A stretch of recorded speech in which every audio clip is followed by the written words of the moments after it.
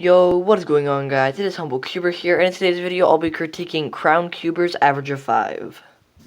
Just hopping right into this, I'll be showing the video of his solve, and then I'll be talking about what he did good and what he could improve on.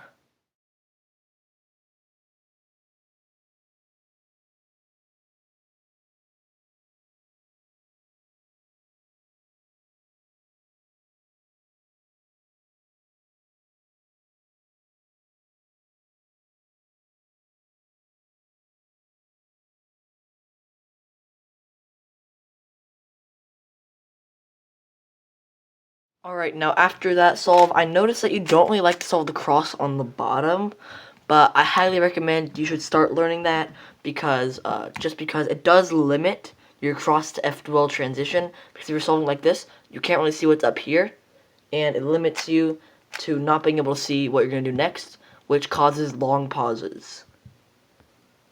I would also recommend getting some better or more efficient F2L solutions, because some of your F2L solutions had very, very high move counts. Your OLO is actually pretty good. You got through that pretty fast. You also had very good PLO, but I would work on the recognition of your cases. And yeah, that's it for the first solve.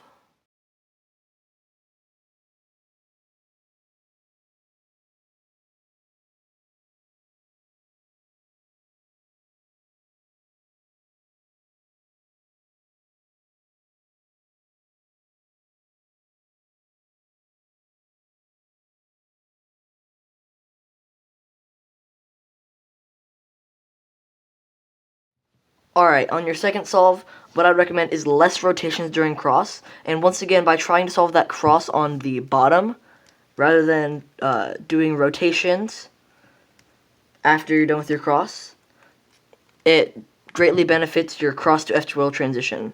Although on this solve, it actually wasn't that bad, and yeah. Once again, I would learn better F2L solutions. If you use intuitive F2L, just turn really slowly, and don't time yourself, and just see what all your algorithms actually do to the cube during F2L.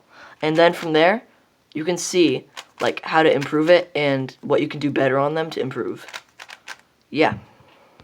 Once again, the OLO on your solve is actually pretty good, but rather than doing rotations during your PLO, what you could have done was just do U moves, and that would have saved yourself some rotations, which did slow down your time.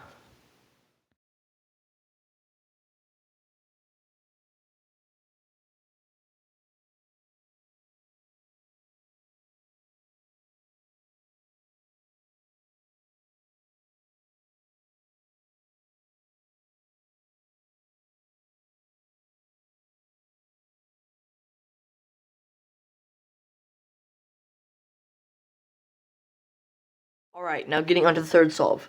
You should use less useless rotations like y and y prime. And yeah, the same thing applies to this solve. You should definitely try to solve your cross on the bottom. Also, the efficient F2L solutions you had, but you did have a couple long pauses in between each case.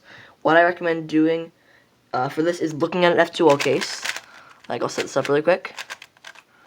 Is just looking at an F2L case, and then closing your eyes, and then solving the F2L pair, and then opening your eyes again.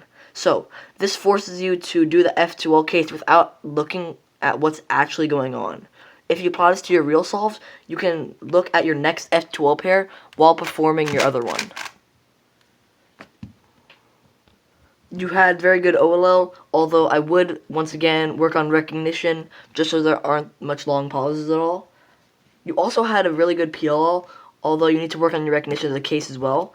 There is a link inside the description for a PLL recognition trainer that helps you recognize PLL cases from different angles, so you don't have to use wasteful moves like U and U prime, or unneeded rotations.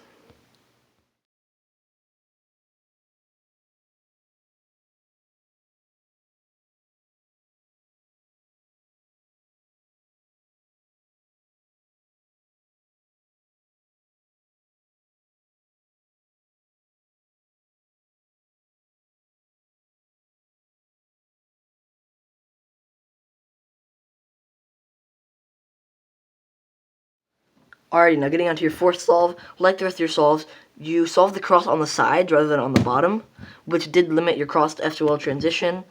You had some pretty efficient F2L solutions, as well as inserting the F2L pairs inside the back, which is very good.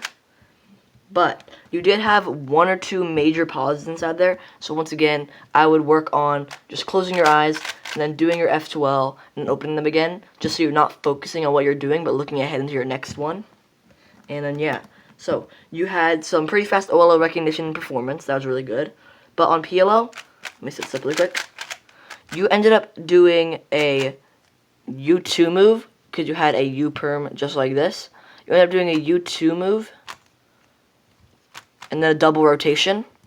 Although, you already had it set up, so where you could have just solved it regularly, and then did a U2 as AUF, rather than doing a W and then doing rotations. So once again, I would try not to do rotations on PLL. I would just do U moves.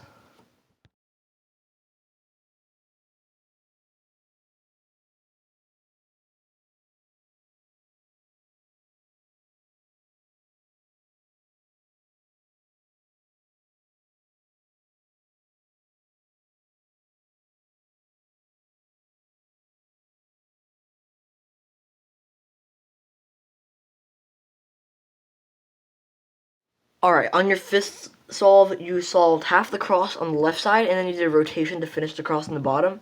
It would have been better if you did the whole cross on the bottom, but doing that rotation halfway through did make for a quicker cross to F2L transition, which was pretty good.